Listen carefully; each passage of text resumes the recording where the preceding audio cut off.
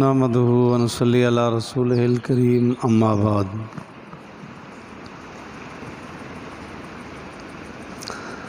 لن ينال الله لحومها ولا دماؤها ولكن يناله التقوى صدق اللہ العظیم۔ قربانی کا مرحلہ نصیب والوں کے لیے قریب آ رہا ہے۔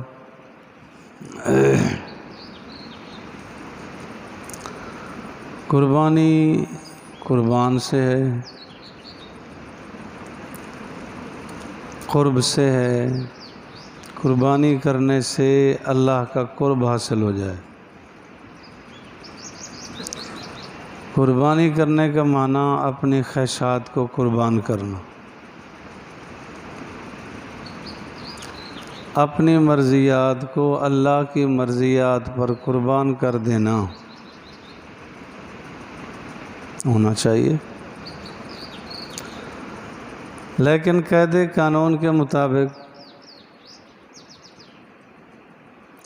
حضور علیہ السلام نے جن جانوروں کی قربانی کی ہے قربانی کی جائے گی۔ آپ علیہ السلام کے زمانہ پاک میں ہرن تھا، لیکن آپ نے قربانی نہیں کی۔ اب ہمیں کیا فکر پڑی کہ نہیں، ہرن کی قربانی بھی ہونی چاہیے۔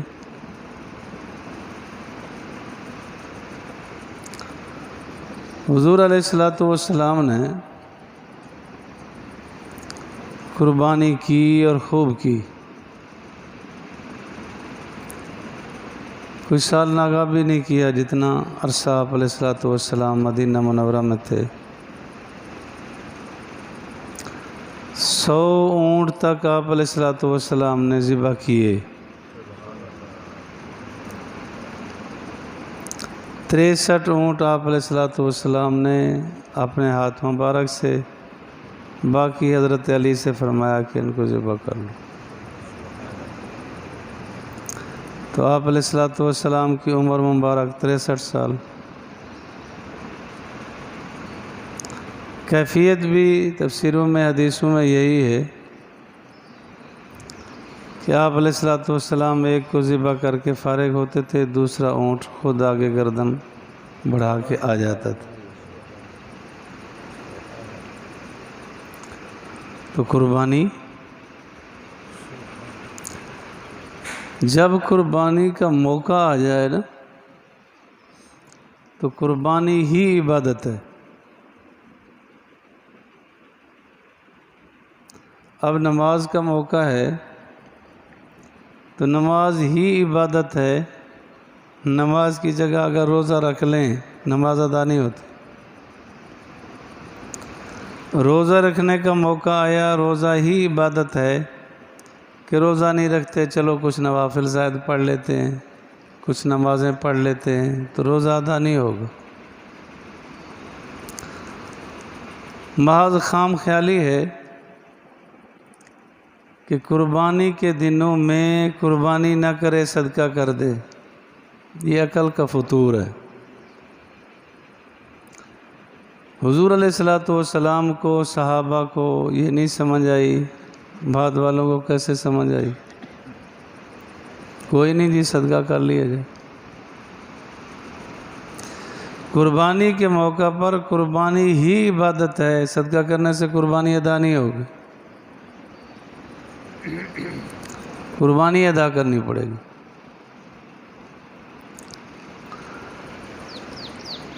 جو آدمی صاحب نصاب ہے،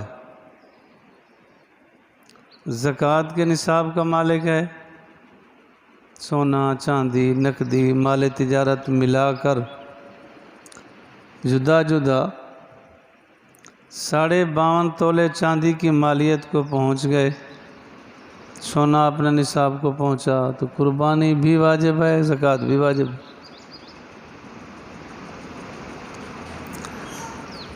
اور اگر اس کے پاس سونا چاندی نقدی وغیرہ نہیں ہے، لیکن ضرورت سے زائد اشیاء اتنی ہیں کہ ان کی مالیت 52.5 تولے چاندی کی بنتی ہے، تو اس پر قربانی واجب ہوگی، صدقہ فطر بھی واجب ہوگی۔ اب اگر ذرا تحقیق کی جائے تو شاید کوئی گھر خالی نکلے کہ اس کے پاس گھر کے ضرورت سے زائد اشیاء اتنا نہ پڑی ہوں جن کی مالیت 52.5 تولے چاندی کی بنتی ہے۔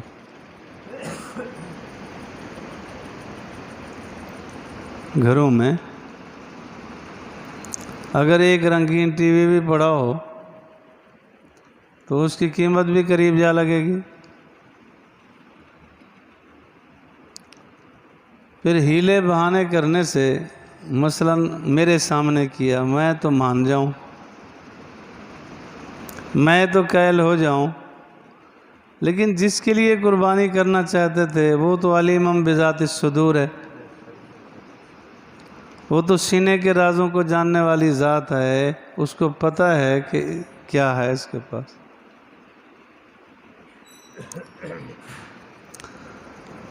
بہت ساری ایسی بیوہ عورتیں جو خود صاحب نصاب ہیں، سونا چاندی نقدی ان کے پاس موجود، یا ضرورت سے زائد اشیاء ان سے ہٹ کر اس کے پاس موجود ہیں، تو وہ زکوٰۃ لے بھی نہیں سکتی، قربانی بھی اس کے ذمہ ہے، صدقہ فطر بھی اس کے ذمہ ہے، اس کے ذمہ ہے کہ وہ دے، وہ الٹا لینے کے لیے بیٹھی۔ بیوہ ہے اور مستحق ہے پھر تو ٹھیک ہے، زکوٰۃ بھی لے، صدقات بھی لے۔ اور اگر مستحق نہیں، خود اس نے دینی ہے، قربانی بھی دینی ہے، صدقہ فطر بھی دینا ہے، زکوٰۃ بھی اس کے ذمہ ہے، پھر وہ کیسے لے؟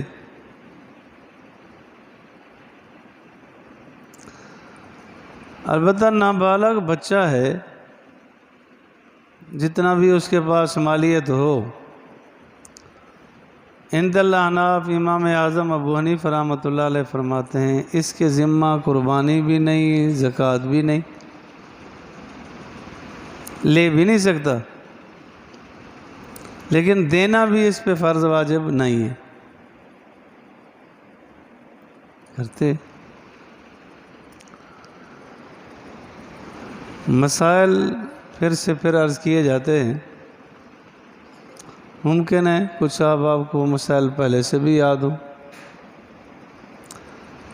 کچھ کو ذہول ہو چکا ہوتا ہے، ان کا استحضار ہو جاتا ہے مسائل کا، اور دینی مسائل تو ہیں تو وہی جو ہمیشہ سے چل رہے۔ ایک بزرگ سے کسی نے کہا تھا کہ جی یہی مسائل تو سارے ہم نے پہلے ہی سنے تھے، تو فرمایا بات تو ٹھیک ہے، یہی کھانا آپ نے پہلے بھی تو کھایا ہوگا، اب کھانا چھوڑ دو، یہی پینا آپ نے پہلے بھی تو پیا ہوگا، پینا چھوڑ دو، کپڑے آپ نے پہلے بھی پہنے ہوں گے، کپڑے پہننا چھوڑ دو، پھر پتہ چلے گا انسان لگتے ہیں کوئی اور بلا لگتا ہے۔ جب بھی کسی دینی مسئلے کا تذکرہ ہو توجہ چاہیے، توجہ سے غور سے سننا چاہیے۔ کبھی ایسا بھی ہوتا ہے کہ ایک مسئلہ سن رکھا ہے،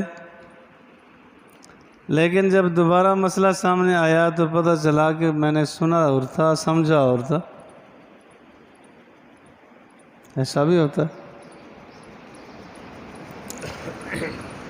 تو قربانی جن کے ذمہ واجب ہے وہ تو بالکل سستی نہ کریں، قرضہ لے کر بھی قربانی کرنا جائز ہے، لیکن دینے کی نیت ہو۔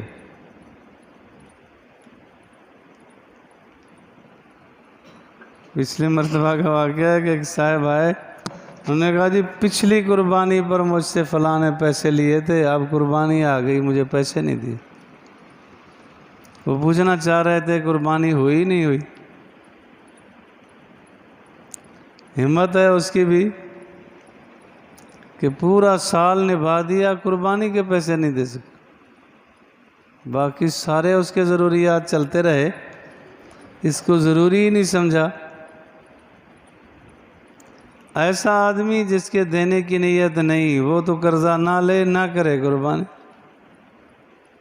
واجب نہیں ہے نہ کرے، واجب ہے تو اپنا ذمہ آپ جانے، جس سے قرضہ لیا اس کو تو پریشانی میں نہ ڈالے، اگر نہ قرضہ لے کر باقی ساری ضروریات جائز ہیں تو یہ بھی جائز ہے۔ اور قربانی اونٹ کی، گائے کی، بھینس کی، بکری اور بھیڑ کی، ان کی قربانی جائز ہے۔ حضور علیہ الصلوۃ کے زمانہ پاک میں وہاں عرب میں بھینس نہیں تھی، تو حضور علیہ الصلوۃ نے قربانی بھینس کی نہیں کی، تو کیا خیال ہے؟ ویسے حضور کے زمانے میں گھوڑے تو تھے نا۔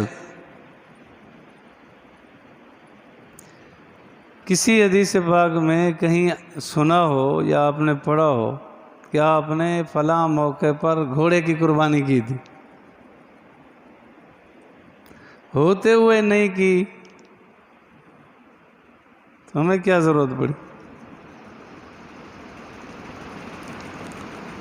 اونٹ کی قربانی کی ہے آپ نے، بھیڑ دمبا بکری کی ہے، گائے کی آپ علیہ الصلوۃ نے فرمایا قربانی کرو۔ فقہا فرماتے ہیں البقر والجاموس سواء، گائے اور بھینس ایک حکم رکھتی ہے، قربانی نہیں، باقی حلال ہے، تو اس کا حلت کہاں سے ثابت ہوئی؟ قربانی نہیں ہے، فقہا نے تو اس کو سمجھا کہ ایک ہی صفات رکھتی ہیں گائے اور بھینس، ان کا حکم ایک ہے۔ اور حلت پھر کس آیت سے کس حدیث سے ثابت ہوئی کہ حلال ہے بھینس ذبح کرو، گوشت کھاتے رہو، دودھ پیتے رہو، قربانی جائز نہیں۔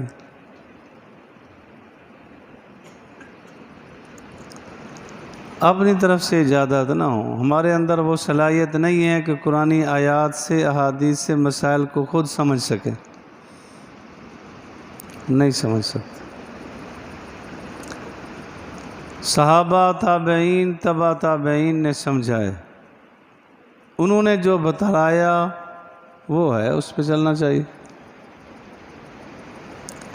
اپنی سمجھ کو، اپنی عقل کو عقل کل فی الکل سمجھنا یہ کمزوری ہے، ایسا نہ ہو۔